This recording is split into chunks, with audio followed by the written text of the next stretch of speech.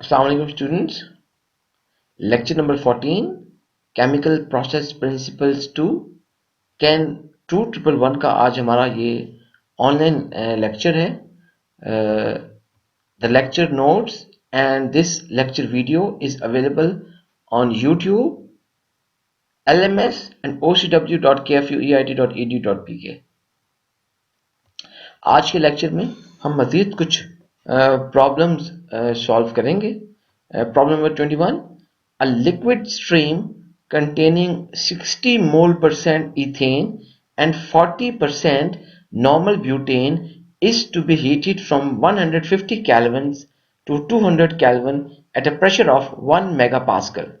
Calculate the required heat input per kilomole of the mixture, neglecting potential and kinetic energy changes, using tabulated enthalpy data for ethane and butane and assuming that mixture component enthalpies are those of the pure species at the same temperature. अच्छा जी, ये जो हमारे पास सवाल है, इस सवाल में एक लिक्विड स्ट्रीम है जिसके अंदर आपके पास ईथेन और ब्यूटेन दोनों लिक्विड हालत में मिक्स हुई है और हमें उसकी एक्चुअल फ्लो रेट नहीं पता. हमें सिर्फ ये पता है कि जो ईथेन है वो 60 मोल परसेंट है, जो ब्यूटेन है वो 40 मोल परसेंट है. ये जो लिक्विड स्ट्रीम है इसको हमने हीट करना है 150 केल्विन से 200 केल्विन तक, और इस सारे प्रोसेस में जो प्रेशर होगा सिस्टम का वो हम मेंटेन रखेंगे 1 मेगापास्कल तक. अब हमने ये मालूम करना है कि अगर आप सिस्टम में से काइनेटिक और पोटेंशियल एनर्जी चेंजेस को इग्नोर कर दें तो हमें वो कितनी हीट चाहिए जो कि 1 किलो मोल इस हमारे पास जो मिक्सचर है, लिक्विड मिक्सचर है, उसको हीट कर दे इस तरह कि उसका टेम्परेचर 150 केल्विन से 200 केल्विन तक पहुंच जाए. ऑब्वियसली इसमें स्टीम इन्वॉल्व नहीं है, हम सिर्फ हीट कर रहे हैं. तो क्योंकि आपके पास यहाँ पर हम इसको हीट अप कर रहे हैं, इथेन और नॉर्मल ब्यूटेन की हमें कोई एंथैल्पी की डाटा चाहिए होगा. इसका मकसद यह है कि आपको कोई एंथैल्पी की वैल्यूज इनके लिए देखनी पड़ेंगी, कोई और किस्म के टेबल्स यूज करेंगे और हम एज्यूम ये करेंगे कि मिक्सचर के अंदर जो इथेन और ब्यूटेन है वो जो है वो सेम टेम्परेचर पर हैं और जैसे कि कोई प्योर स्पीशीज होती है उसकी तरह वो सेम टेम्परेचर पर होंगे. डाटा चेक कर लेते हैं. सवाल में एक हीटर गिवन है, उस हीटर के अंदर एक लिक्विड स्ट्रीम एंटर हो रही है जिसका जो है 0.6 जो है आप कहते हैं उसमें इथेन है, 0.4 उसके अंदर ब्यूटेन है. टेम्परेचर जो है 150 केल्विन है, प्रेशर 1 मेगापास्कल है. जो आउट हो रही है उसका प्रेशर भी 1 मेगापास्कल है, टेम्परेचर उसका 200 केल्विन है. तो और जो परसेंटेजेस हैं वो सेम रहेंगी. हमने क्यू अमाउंट मालूम करनी है किलो जॉल्स पर मोल में, जब काइनेटिक एनर्जी चेंजेस और पोटेंशियल एनर्जी चेंजेस जीरो है. तो सबसे पहले, क्योंकि इस सवाल में हमारे कोई अमाउंट्स नहीं थी, लेकिन हमें ये कहा था कि पर जो हीट हमने मालूम करनी है किलो जाउल पर मोल हमने मालूम करनी है, पर kilo mole of the mixture मालूम करनी है. लिहाजा यहाँ पे कोई लिक्विड स्ट्रीम आ रही है, हम इसलिए कहते हैं बेसिस ले लेते हैं 1 kilo mole per second of the liquid stream. अब हम इस हीटर पर steady state energy balance apply करते हैं. तो हमारे पास जो steady state open system energy balance equation है वो हमें पता है कि delta E K plus delta E P plus delta H is equal to Q plus W S. अच्छा, अब इस सिस्टम के अंदर हीटर लगा हुआ है, कोई मूविंग पार्ट्स नहीं है, तो आपके पास ये जो शाफ्ट वर्क है वो जीरो हो जाएगा. दूसरा, हमें ऑलरेडी सवाल में गिवन है कि जो काइनेटिक एनर्जी चेंजेस और पोटेंशियल एनर्जी चेंजेस है इनको इग्नोर करना है. तो फिर आपकी जो इक्वेशन नंबर 1 है, ये इक्वेशन नंबर 1 कुछ इस तरह की बन जाएगी कि 0 plus delta H is equal to Q plus 0, यानी कि delta H is equal to Q या Q is equal to delta H. अब चेंज इन एंथैल्पी वो क्या हो सकती है, हमें पता है कि जो चेंज इन एंथैल्पी होगी वो आपके पास जो है उसको हम लिख सकते हैं MIHI eight outlet minus MIHI at the inlet. अच्छा, अब MIHI यानी कि जो आउटलेट पर जितनी स्ट्रीम्स आ रही हैं वो माइनस इनलेट पर जितनी स्ट्रीम्स आ रही हैं वो, इसको हमने इक्वेशन नंबर 2 कह दिया. मसला अब इस सवाल में सारा ये था कि हमें कुछ ऐसी स्पेशल किस्म की एंथैल्पी की वैल्यूज चाहिए इथेन और ब्यूटेन की. तो उसके लिए हम क्या करेंगे, हम दो टेबल्स यूज करेंगे। मिसाल के तौर पर आपके पास एक टेबल है 2195 और 2213। ये जो टेबल्स हैं ये पैरी 8th एडिशन से लिए गए हैं। तो मैं टेबल्स आपको दिखाता हूँ मिसाल के तौर पर किस तरीके से हमारे पास। देखिए एक टेबल है, ये आपको table 2195 provides thermodynamic properties of butane. उसमें टेम्परेचर केल्विन पे गिवन है, प्रेशर मेगापास्कल पे गिवन है, डेंसिटी गिवन है, उसकी वॉल्यूम गिवन है, इंटरनल एनर्जी गिवन है, एंथैल्पी गिवन है, एंट्रोपी गिवन है, CV, CP, sound speed, Joule Thomson जो है। उसके अलावा आपके पास कंडेंसेशन है, उसके अलावा जो है हमारे पास विस्कोसिटी है, बहुत सारी मुख्तलिफ किस्म की चीजें। हमें सब नहीं चाहिए, हमें इस टेम्परेचर और प्रेशर के ऊपर हमें एंथैल्पी की वैल्यू चाहिए। तो हमें जब हम ये एंथैल्पी की वैल्यू सॉरी ये जो थी बेटा, ये थर्मल कंडक्टिविटी है यहाँ पर, ये विस्कोसिटी, और विस्कोसिटी से पहले आपके पास ये थर्मल कंडक्टिविटी की वैल्यू हमें ब्यूटेन की गिवन थी। तो हमारे पास ये चीजें हमारे पास मौजूद हैं। अब इसके अंदर हमने क्या देखना है कि आपके पास जो इनलेट और आउटलेट के ऊपर जो टेम्परेचर हैं उसके ऊपर आपने से एंथैल्पी ब्यूटेन की नोट करनी है। तो आप देखेंगे यहाँ पे टेम्परेचर और प्रेशर दिए हुए हैं। तो हमारे पास यहाँ पे 140, 150, लेकिन ये प्रेशर भी आपने लिखना है 1 मेगापास्कल। तो आप इस टेबल पे देखते रहे तो मुख्तलिफ किस्म की वैल्यूज गिवन है। यहाँ पे हमें एक सेट वैल्यू मिल रहा है कि 150 केल्विन 1 मेगापास्कल पे, 200 केल्विन 1 मेगापास्कल पे। तो 150 जब केल्विन हो और आपके पास 1 मेगापास्कल हो, तो जो आपके पास एंथैल्पी की वैल्यू है वो -3.4180 किलो जॉल्स पर मोल। ये आपके पास यहाँ पे वैल्यू गिवन है, किलो जॉल्स पर मोल एंथैल्पी की वैल्यू। मैंने इसको हाईलाइट कर दिया ताकि आपको ढूंढने में आसानी रहे। इसी तरह 200 केल्विन पर जब आपके पास 1 मेगापास्कल प्रेशर होगा, तो उस वक्त जो एंथैल्पी की वैल्यू है, जो ये हम बात कर रहे हैं ब्यूटेन की, उसकी एक मिनट में चेक करने दें। जी, ब्यूटेन की हम बात कर रहे हैं, तो ब्यूटेन में उसकी जो एंथैल्पी है वो 2.4460 है। बिल्कुल इसी तरह हम टेबल 2213 यूज करेंगे इथेन के लिए। बिल्कुल सब उसी तरह मुख्तलिफ किस्म का डाटा मौजूद है। तो अब आपके लिए इथेन के लिए जब डाटा चेक करेंगे तो हमें यहाँ पर अनफॉर्चुनेटली हमारे पास यहाँ पर 100 और सिर्फ 200 पर और 1 मेगापास्कल पे वैल्यूज हैं, 150 पे कोई वैल्यू नहीं है। कोई मसला नहीं है, लीनियर इंटरपोलेशन कर सकते हैं। तो आपके पास पहले तो आप नोट कर लें कि 200 केल्विन के ऊपर जो एंथैल्पी की वैल्यू है वो 1.1737 है। अच्छा, अब आपके पास जो है बहुत सिंपल है, क्योंकि 150 बिल्कुल इन दोनों के दरमियान में आती है।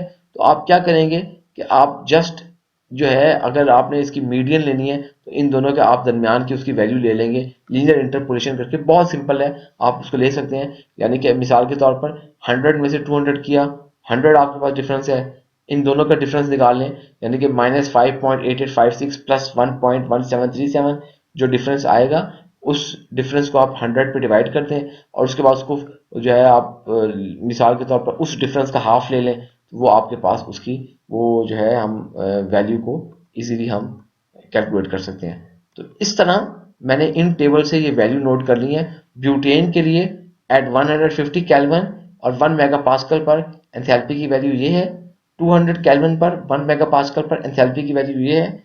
इथेन के लिए इसी तरह 150 केल्विन पर 1 मेगापास्कल पर -2.356 है। ये आपको बताया था कि ये आपको थोड़ी सी लीनियर इंटरपोलेशन यूज करनी पड़ेगी, बट वेरी सिंपल, क्योंकि मिड में है तो कोई गलती का चांस नहीं है। 200 केल्विन पर वैल्यू गिवन थी विच वॉज 1.1737। हमने ये वैल्यूज यूज करनी है। अब हमारे पास ये सारी वैल्यू मौजूद थी, हमने अब ये सारी वैल्यूज जो है अपनी इक्वेशन नंबर 2 के अंदर इंसर्ट कर दी हैं। तो हमारे पास जो इक्वेशन नंबर 2 थी कि Q is equal to summation of जो आउटलेट पर आपके MI HI और आपके इनलेट पर जो एंथैल्पी की वैल्यू है उन सबको हम यूज कर रहे हैं। तो अब जरा देखिएगा, गौर कीजिएगा कि क्योंकि हमने बेसिस लिया था 1 kilo mole per second of mixture, और आपको याद होगा कि 1 किलो मोल हमने कहा था कि 60% उसमें इथेन है और 40% ब्यूटेन है। तो इसका मतलब क्या है कि अगर ये 1 किलो मोल पर सेकेंड हमारे पास मिक्सचर है तो 0.6 किलो मोल पर सेकेंड आपके पास इथेन होगी, 0.4 किलो मोल पर सेकेंड आपके पास ब्यूटेन होगी। अलग अलग हम इसको लिख लेते हैं। मिसाल के तौर पर आपके पास 0.6 किलो मोल पर सेकेंड जो इथेन होगी, साथ में मैंने उसकी आउटलेट पर इथेन की एंथैल्पी से उसको मल्टीप्लाई कर दिया है। तो उसके बाद हम यूनिट्स को काटने के लिए हमें पता है कि 1 kilo mole is equal to 1000 mole kilomole से कट गया, मोल मोल से कट गया, तो आपके पास जो है ये चीज आ गई। और प्लस जो है हम इसी तरह आउटलेट के ऊपर हमने जैसा इथेन की निकाली है, हम ब्यूटेन की भी निकाल लेते हैं आउटलेट पर 0.4 किलोमोल पर सेकेंड। और एंथैल्पी जो है उसकी आउटलेट के ऊपर जो एंथैल्पी ब्यूटेन की थी वो 2.4460 किलो जॉल पर मोल थी। उसके बाद हमने इसको जो है कन्वर्जन करने के लिए 1 किलो मोल 1000 मोल के बराबर है, तो किलो मोल से कट गया, मोल मोल से कट गया। अब हम summation of enthalpies at the inlet, बिल्कुल बड़ा सिंपल है। उसके लिए हम क्या करेंगे, जब हमने एंथैल्पीज निकालनी है तो हमारे पास यहाँ पर 0.60 किलो मोल पर सेकेंड हमारे पास यहाँ पर जो है आउटलेट पे भी वही अमाउंट होगी, अमाउंट चेंज नहीं होगी। तो हमने उसी तरह इथेन की लिखने के बाद उसकी एंथैल्पी और उसके कन्वर्जन वगैरह किया, फिर इसको प्लस कर दिया उसके साथ, उसी तरह ब्यूटेन के साथ। तो आपने जब इनको वैल्यू को टेबुलेट किया, कैलकुलेट किया है, लिखने के बाद आप कंप्यूट किया है, तो आपके पास यहाँ पर जो Q है 704.22 प्लस 978.4 माइनस, क्योंकि ये देखिए यहाँ पे ये समेशन ऑफ आउटलेट माइनस है। इसी तरह हमने जो आपके आउटलेट की ये जो टर्म्स आ गई थी माइनस, उसके बाद हमारे पास इनका प्रोडक्ट ले लिया, तो ये माइनस आ गया, माइनस प्लस ये जो था आपके पास, फिर क्योंकि ये माइनस है तो ये भी माइनस आ गया। तो इन सब के साथ जो यूनिट है वो किलो जॉल पर सेकेंड हमारे पास यूनिट बच रहा है। तो आपके साथ जब इनको किया तो इस तरह क्यू आपके पास 4463.42 किलो जॉल्स पर सेकेंड आ गई। अब सवाल में हमें उसने कहा था, जरा देखिए सवाल में हमें जो गिवन थी चीज, वो उसने सवाल में कहा था कि आपने इस सवाल में किलो जाउल्स यहाँ पे लिखा हुआ है, आपने calculate the required heat input per kilo mole of the mixture. हमने पर किलो मोल जो है हीट जो है हमें चाहिए, हमने उसको फाइंड आउट करना है। तो यहाँ पर तो मैंने अमाउंट बता दी है, Q is equal to 4463.42 kilo joule per second. अब लेकिन ये जो मैंने हीट निकाली है, ये हीट क्योंकि हमने basis 1 kilo mole per second लिया था और उसके लिए ये निकली है, इसका मकसद है कि ये उसके ऊपर निकली है, तो मैं सिंपली उसको लिख सकता हूँ कि Q is equal to 4463.42 kilo joule per second, उसको 1 किलो मोल पर सेकेंड से डिवाइड कर दिया, तो मेरे पास जवाब वही सेम रहेगा, सिर्फ उसके अंदर किलो मोल आ गया 4463.42 किलो जॉल्स पर किलो मोल। इसका मतलब है कि जब आपके पास ये हमारे पास एक लिक्विड मिक्सचर था इथेन और ब्यूटेन का, जिसको हम 150 केल्विन से 200 केल्विन तक हम उसको जो है 1 मेगा पास्कल पर हीट अप करना चाहते थे, तो आपको जो है जो 1 किलो मोल मिक्सचर के लिए आपको 4463.42 किलो जॉल्स जो हीट है वो आपको प्रोवाइड करना पड़ेगी। अच्छा जी, एक नया टॉपिक है हमारे पास। इस टॉपिक की हम जो डेरिवेशन है, मैंने वैसे आप लोगों के जो है उसकी जस्ट फॉर योर इंफॉर्मेशन, ये तो हमारे सिलेबस में है, लेकिन क्योंकि जो मैकेनिकल एनर्जी बैलेंस इक्वेशन है ये हम डिटेल से इंशाल्लाह 4th सेमेस्टर में आप लोग फ्लूइड मैकेनिक्स में आप लोग इसको करेंगे डिटेल से। तो मैकेनिकल एनर्जी बैलेंस इक्वेशन को वहां पे उसकी डिटेल से डेरिवेशन है, तो मैंने वो डेरिवेशन वैसे आप लोगों के साथ LMS पर OCW पर मैंने शेयर कर दी थी, जस्ट इन केस अगर आप उसको इंटरेस्टेड हो देखने में, तो अगर आप वो चाहेंगे तो वो मैं आपको डेरिवेशन क्लास में भी करवा दूंगा, उसमें कोई प्रॉब्लम नहीं है। लेकिन यह कि वो डेरिवेशन इटसेल्फ आपकी जो है वो सिलेबस में शामिल नहीं है, उसकी वो वाली derivation mechanical energy balance equation की। तो मैं आपको थोड़ा सा इंट्रोड्यूस करवा देता हूँ कि हमारे पास जिस तरह अभी हमने एनर्जी बैलेंस के आप लोगों ने देखा था ओपन सिस्टम के लिए, क्लोज सिस्टम के लिए हमने दिखाया था, एक मैकेनिकल एनर्जी बैलेंस इक्वेशन भी है। तो लेट्स से कि आपके पास कोई इनकम्प्रेसिबल फ्लूइड है, जैसे कि वाटर है, वाटर इनकम्प्रेसिबल फ्लूइड है। मोस्टली जो लिक्विड्स हैं वो आपके पास इनकम्प्रेसिबल फ्लूइड होते हैं। एक्चुअली लिक्विड्स जो होते हैं वो इनकम्प्रेसिबल फ्लूइड्स होते हैं, जबकि जो गैसेज होती हैं वो आपके पास कंप्रेसिबल फ्लूइड्स होती हैं। तो हमारे पास अगर कोई इनकम्प्रेसिबल फ्लूइड है, यानी कि कोई लिक्विड है जैसे कि वाटर, और उस वाटर का आप स्टेडी स्टेट फ्लो अगर जो है हम उसको एक्सप्रेस करना चाहें, तो उसको एक्सप्रेस करने का एक तरीका ये भी है कि अगर आप उसको इस तरीके से एक्सप्रेस कर सकते हैं कि delta P over rho plus delta U square over 2 plus G delta Z plus F is equal to WS over M। इसको मैंने इक्वेशन नंबर 1 का नाम दे दिया। बेसिकली ये जो इक्वेशन है, इस इक्वेशन का एक दूसरा नाम बर्नौलीज इक्वेशन भी है या मैकेनिकल एनर्जी बैलेंस इक्वेशन भी है। इस इक्वेशन में हमारे पास, मैंने इसी इक्वेशन की बात की है कि इसकी जो डिटेल्स की डेरिवेशन किस तरह से इस इक्वेशन को ड्राइव किया जाता है, क्योंकि वो आपकी सिलेबस का हिस्सा नहीं थी, मैंने उसको वैसे आप लोगों के लिए इंफॉर्मेशन के लिए जो है मैंने आपके LMS पर और OCW पर अपलोड कर दी। अगर आप चाहेंगे हम क्लास में उसको देख भी सकते हैं, कुछ टाइम दे देंगे अगर आप इंटरेस्टेड हो, but this is a topic for your fluid mechanics 1 class. अच्छा, इसमें अब हमारे पास यहाँ पे डेल्टा पी क्या है? Delta P is basically P2 minus P1, तो ये आपके पास चेंज इन प्रेशर है। डेल्टा यू क्या है? U2 minus U1 is equal to change in velocity. Rho क्या है आपके पास? ये डेंसिटी है उस फ्लूइड की जो कि इस सिस्टम में से गुजर रहा होगा, जिस ये डेंसिटी वो है, इनकम्प्रेसिबल फ्लूइड है जो कि आपके पास उस पाइप में से गुजर रहा होगा। जी इसमें एक्सेलरेशन ड्यू टू ग्रेविटी है। Delta Z is equal to Z2 minus Z1 is equal to change in height. जो WS है वो शाफ्ट वर्क है, M जो है वो आपका mass flow rate of the fluid है। अच्छा, F के ऊपर ये हैट डाल के ये बेसिकली फ्रिक्शन लॉसेस हैं।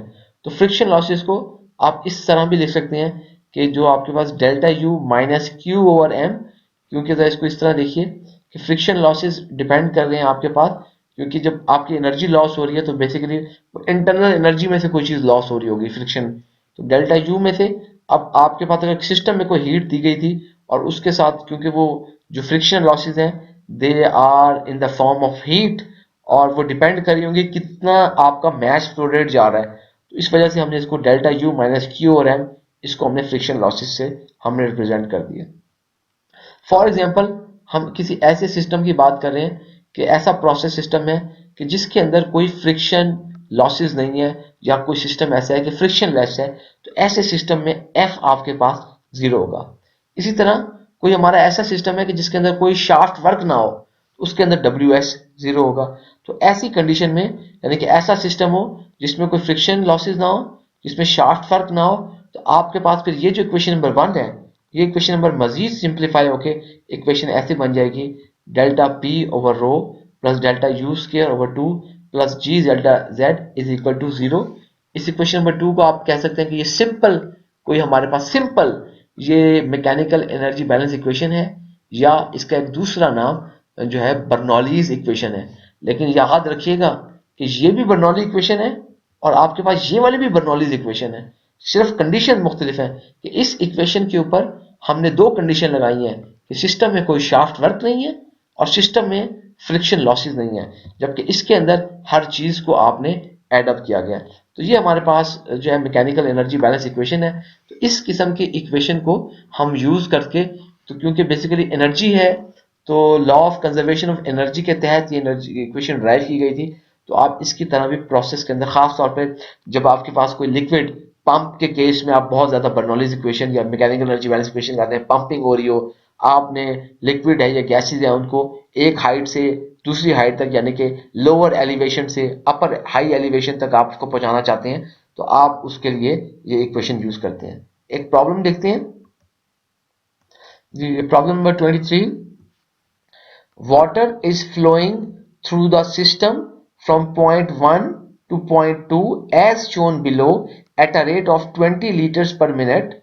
Estimate the pressure required in bar at point 1 if friction losses are negligible. ये एक पाइपिंग सिस्टम है कि आपके पास यहाँ पे दो पॉइंट शो किए हुए, पॉइंट 1 और ये आपके पास पॉइंट 2 है। पॉइंट 1 से पॉइंट 2 तक 50 मीटर हाइट है। जैसे आप लगा सकते हैं कि यहाँ पे कोई पंप लगा हो और वो यहाँ पे कोई टैंकी हो, पॉसिबल है, और इसके अंदर कोई लिक्विड फ्लो कर रहा है। आपके पास जो पॉइंट 1 है, इधर जो पाइप का जो डाया है वो 0.5 सेंटीमीटर इनर डाया पाइप का है। पॉइंट 2 पर जो पाइप का डाया है वो 1 सेंटीमीटर है। अच्छा, उसके साथ साथ हमारे पास जो लिक्विड फ्लो रेट है जो कि यहाँ से इस पाइप में से फ्लो कर रहा है वो 20 लीटर्स जो है वो वाटर पर मिनट फ्लो कर रहा है। प्रेशर हमें P1 इस पॉइंट पर हम मालूम करना चाहते हैं, हमें इस पॉइंट पर P2 गिवन है वो 180 mm है। तो इस सवाल में आपके पास डाटा क्या है, जरा गौर कीजिए।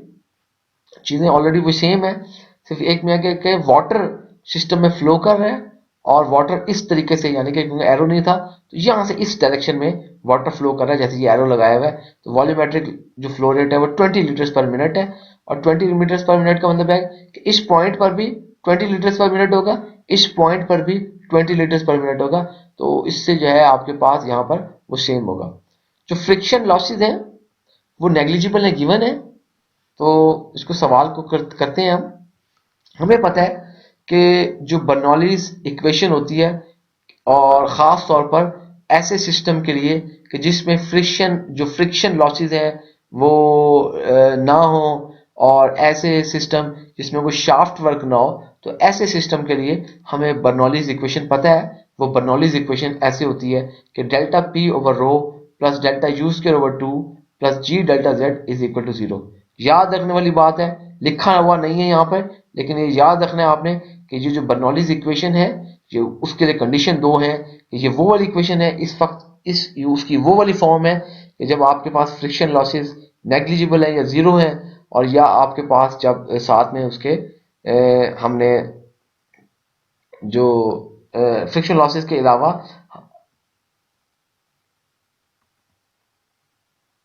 जी हमने उसके साथ जो है इस इक्वेशन के अंदर शाफ्ट वर्क भी हमारे पास वो जीरो है। अच्छा, अब इंडिविजुअली मैं इस इक्वेशन के अंदर हर क्वांटिटी को मैं अलग से कंप्यूट कर लेता हूं, और उसके बाद इन सब क्वांटिटीज को इस इक्वेशन नंबर 1 में इंसर्ट कर देंगे। तो जैसे कि डेल्टा जेड का मतलब है कि आपके पास कोई Z2 माइनस Z1, तो हमारे पास ये डेल्टा जेड जो है Z2 माइनस Z1 को 50 मीटर हमारे पास है। Z2 माइनस Z1 आपको हाइट गिवन थी कि Z1 Z2 माइनस Z1 को 50 मीटर आपके पास हाइट गिवन है। जी 9.8 मीटर पर सेकेंड। डेल्टा यू स्क्र आपके पास U2 स्क्र होगा माइनस U1 स्क्र होगा। डेल्टा P जो है वो P2 माइनस P1 होगा। डेंसिटी, क्योंकि लिक्विड आपको गिवन है कि वाटर फ्लो कर रहा है, वाटर की डेंसिटी 1000 किलोग्राम पर क्यूबिक मीटर है। तो सबसे पहले हम क्या करते हैं कि हमें पता है कि इसमें हमारे पास एक तो P2 माइनस P1 नहीं है, एक डेल्टा यू स्क्र नहीं है। तो सबसे पहले इन चीजों को निकाल लेते हैं, फिर इनको आप अपने बर्नौलीज इक्वेशन के अंदर या मैकेनिकल एनर्जी बैलेंस इक्वेशन के अंदर आप इसको इंसर्ट कर देंगे। तो डेल्टा यू स्क्र क्या होगा? U2 square minus U1 square. और हमें पता है कि जो डेल्टा यू है वो वेलोसिटी है, और वेलोसिटी बेसिकली क्या होती है? वेलोसिटी होती है volumetric flow rate divided by area. यानी कि अगर आप इसको रिप्रेजेंट करना चाहें, U is equal to V dot over A, और हमें पता है कि जो एरिया होता है वो पाई बाय 4 डी स्क्वायर होता है। इसका मतलब है कि एट पॉइंट वन वेलोसिटी क्या होगी? एट पॉइंट वन वेलोसिटी जो है वो u1 होगी। यानी कि इस एट पॉइंट वन पे वेलोसिटी क्या होगी? वो वेलोसिटी एट u1 होगी। तो इसी तरह आपको पता है जो वेलोसिटी होती है वो volumetric flow rate over area है। तो u1 क्या हो जाएगा? u1 हो जाएगा v1 ओवर a1। आपको पता है क्योंकि पाइप एक सेम लिक्विड ही फ्लो रेट कर रहा है, तो आपके पास 20 लीटर पर मिनट आ गया। और एरिया अब आपको यहाँ करना पड़ेगा formula pi by 4 D square, pi by 4, और उसका जो डाया एट पॉइंट वन है, पॉइंट वन जो है वो 0.5 सेंटीमीटर था, पॉइंट टू पर 1 सेंटीमीटर था। आपने वो डाया उसका यूज करके पाई बाय 4 0.5 सेंटीमीटर स्क्वायर आपने उसको लिख दिया। हमें पता है 1000 लीटर 1 क्यूबिक मीटर के बराबर होता है। ये लीटर आपके इस लीटर से कट गया। साथ में हमें पता है कि जो 1 मीटर होता है वो 1 metre square 100 square centimetre square के बराबर है। तो आपने सेंटीमीटर स्क्वायर को इस सेंटीमीटर स्क्वायर से काट दिया। फिर ये जो आपका मीटर स्क्वायर है इस पावर से कट गया। We know that 1 minute is equal to 60 second. तो मिनट को आपने इस मिनट से काट दिया, तो आपके पास बाकी जब आपने इसको मल्टीप्लाई करके जो वैल्यू निकाली है u1 आपके पास आ गया है 16.977 मीटर्स पर सेकेंड। इसी तरह हम u2 निकाल सकते हैं। u2 क्या होगी? वो होगी वेलोसिटी एट पॉइंट टू, यानी कि ये u2 जो velocity at this point two, उसके लिए आप डाया जो यूज करेंगे वो 1 सेंटीमीटर का आप डाया यूज करेंगे। तो बिल्कुल इस तरह u2 is equal to v2 over a2। तो v2 वो सेम है 20 लीटर्स पर मिनट, और आपको पता है कि पाई बाय एरिया जो होता है पाई बाय 4 डी स्क्वायर है। इसका मतलब पाई बाय 4 आपका आपका एरिया एट डिस्चार्ज वो 1 सेंटीमीटर स्क्वायर था। वन जो एरिया डायमीटर था 1 सेंटीमीटर था। तो हमने यहाँ पर इसको पुट करने के बाद ये आपने इसको आगे कन्वर्जन वगैरह करने के बाद u2 की वैल्यू भी निकाल ली है, विच इज 4.244 मीटर पर सेकेंड। अब आप जो है u2 स्क्वायर जो डेल्टा u2 स्क्वायर था वो निकाल सकते हैं, which will be u2 square minus u1 square. तो डेल्टा u स्क्वायर इनकी वैल्यू पुट कर दी, तो आपके पास जो डेल्टा u स्क्वायर की वैल्यू आ गई माइनस 270.207 मीटर स्क्वायर पर सेकेंड स्क्वायर। अच्छा, अब आप जो है सारी हमारे पास वैल्यूज आ गई हैं। अब इन वैल्यूज को हम इक्वेशन नंबर 1 में इंसर्ट कर देते हैं। मसलन जो इक्वेशन नंबर 1 ये थी आपके पास delta P over rho plus delta U square over 2 plus G delta Z is equal to 0। इसमें आपको पता है कि जो डेल्टा पी है वो P two minus P one over rho, delta U square आपके पास ऑलरेडी हमने निकाला अभी -270.207 divide by 2 into metre square पर सेकेंड, और जी 9.8 मीटर पर सेकेंड स्क्वायर, और delta Z 50 metre is equal to 0। इसको फर्दर हम एक्सपेंड कर लेते हैं, तो इसको मैंने फिलहाल ऐसे ही रहने दिया है, P two minus P one over rho, और ये अब प्लस माइनस माइनस हो गया 270.207 divide by 2 metre square per second square. हमें पता है कि 1 न्यूटन बराबर होता है 1 किलोग्राम मीटर पर सेकंड स्क्वायर, तो आपको सेकंड स्क्वायर से कट गया, मीटर इस पावर से कट गया। तो इसी तरह आपके पास हमने 9.8 को 50 से मल्टीप्लाई कर दिया तो 490 metre square per second square, इसको भी इसी तरह न्यूटन वाली कन्वर्जन लगा दिया। इनको फर्दर जब आपने सॉल्व किया तो आपके पास P2 minus P one over rho minus इस टर्म को जब सॉल्व किया तो आपके पास आ गया -135.104 न्यूटन इंटू मीटर पर केजी। इनको जब सॉल्व किया तो आपके पास आ गया प्लस 490 न्यूटन इंटू मीटर पर केजी। इन दोनों वैल्यू के सेम यूनिट हैं तो आप इन दोनों को प्लस माइनस कर सकते हैं, तो आपके पास आ गया, इसको मैंने आप P two minus P one one over rho multiply by P two minus P one, इसको थोड़ा सा स्टेप में लिख लिया और इनको दोनों को कर लिया तो आपके पास प्लस 354.896 न्यूटन मीटर पर केजी इज इक्वल टू 0। अच्छा, अब अगर मैं इस इक्वेशन को थोड़ा सा रीअरेंज करूं और इस वाले टर्म को इस तरफ ले जाऊं तो आपकी इक्वेशन क्या बन जाएगी, 1 over rho P two minus P one is equal to -354.896 newton into metre पर केजी। या अब मैं अपने इस डेंसिटी को उस तरफ ले जाऊं, क्रॉस मल्टीप्लाई कर दूं तो आपके पास P2 minus P one is equal to -354.896 newton into metre पर केजी इंटू डेंसिटी। अब मैं डेंसिटी वगैरह की यूनिट्स निकाल के इसको निकालने की कोशिश करता हूँ। P2 minus P one is equal to -354.896 newton into metre पर केजी, और डेंसिटी 1000 किलोग्राम पर क्यूबिक मीटर, तो आपके पास केजी से कट गया।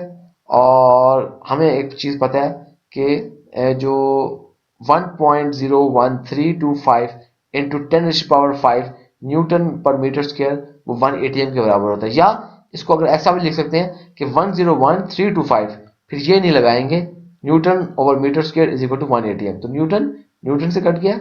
और मीटर आपके पास, आप देखिए 1 मीटर ये है, 2 ये है, जो इससे कट गया।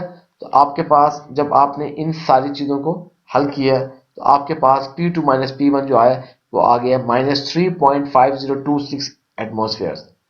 अच्छा, अब जो है हम इस थोड़ी सी इक्वेशन को रीअरेंज करते हैं, इस तरीके से रीअरेंज करते हैं कि अब आपके पास जो है, लेट से कि अगर आपके पास जो है मैं P1 को इस तरफ ले जाऊं और इस वैल्यू को इस तरफ ले जाऊं तो आपके पास आ जाएगा P2 plus 3.5026 atmosphere is equal to P1।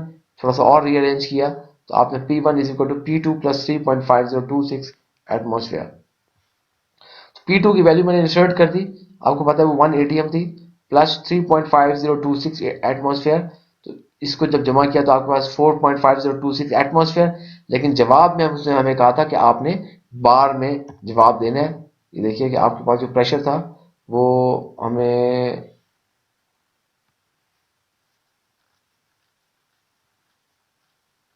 देखिएगा, estimate the pressure required in bar at point 1। इसलिए अगर सवाल में इस तरह की कोई चीज गिवन ना हो फिर आप आजाद हैं कि प्रेशर के किसी भी यूनिट में निकाल सकते हैं, लेकिन जब स्पेसिफाई किया गया तो आपको उन्हीं यूनिट्स में निकालना पड़ेगा। तो हमने इसको बार में कन्वर्ट कर लिया, तो बार की कन्वर्जन होती है कि 1 एटमॉस्फेयर इज इक्वल टू 1.01325 बार। जब आपने इसको सॉल्व किया तो आपके पास 4.5623 बार। इसका मतलब है कि जब आपके पास इस तरह का कोई सिस्टम होगा तो उस वक्त जो प्रेशर होगा eight point 1 which will be equal to 4.5623 bars. So this was our lecture number 14. Please go through the lecture notes. Please watch this video. If you have any questions, you are more than welcome to contact me via my email or just WhatsApp me. But please, when you send a WhatsApp message, आप उसको जो है सिर्फ कोई text message send करें, कोई video message या कोई आप ऑडियो मैसेज वगैरह उसको सेंड ना किया करें। ईमेल के ऊपर you are free to ask, आप कोई भी मेथड उस पर लगा सकते हैं। सबसे बेहतर तरीका है कि आप लाइव सेशन में पार्टिसिपेट करें और अपनी जो क्यूरीज हैं उनको वहाँ पर रिजॉल्व करवाएं। अगर किसी चीज़ में कन्फ्यूजन है उसको भी सॉल्व करवा लें। वन लास्ट थिंग कि इसकी हमने ये अभी आपको एक बर्नौलीज इक्वेशन या मैकेनिकल एनर्जी बैलेंस इक्वेशन के हवाले से मैंने कहा, मैंने उसकी एक और फाइल, उसकी जो डेरिवेशन है मैकेनिकल एनर्जी बैलेंस इक्वेशन की, तो आप उसको देखेंगे, उसकी शेप देखेंगे तो आप परेशान ना हो जाइएगा। उसमें जी और जी सब्सी वगैरह की चीज़ें भी मैंने मेंशन की हुई, कन्वर्जन है, इसकी बहुत सारी मुख्तलिफ किस्म की फॉर्म हो सकती है। तो बस सिर्फ आपको इंट्रोड्यूस करवाने के लिए कि उसकी डेरिवेशन इस तरह की होती है, वो आपके कोर्स में शामिल नहीं है, इसीलिए मैंने लेक्चर के अंदर भी उसको एज सच उसको टॉपिक का हिस्सा नहीं बनाया। लेकिन अगर आप लोग चाहेंगे तो हम उसको भी कवर कर लेंगे, लेकिन वो आपके सिलेबस में जो है वो एग्जाम के पॉइंट ऑफ व्यू से वो शामिल नहीं होगी, because Bernoulli's equation is a detail topic, is a very detailed topic for our fluid mechanics 1 course. Thank you जी, अल्लाह हाफिज।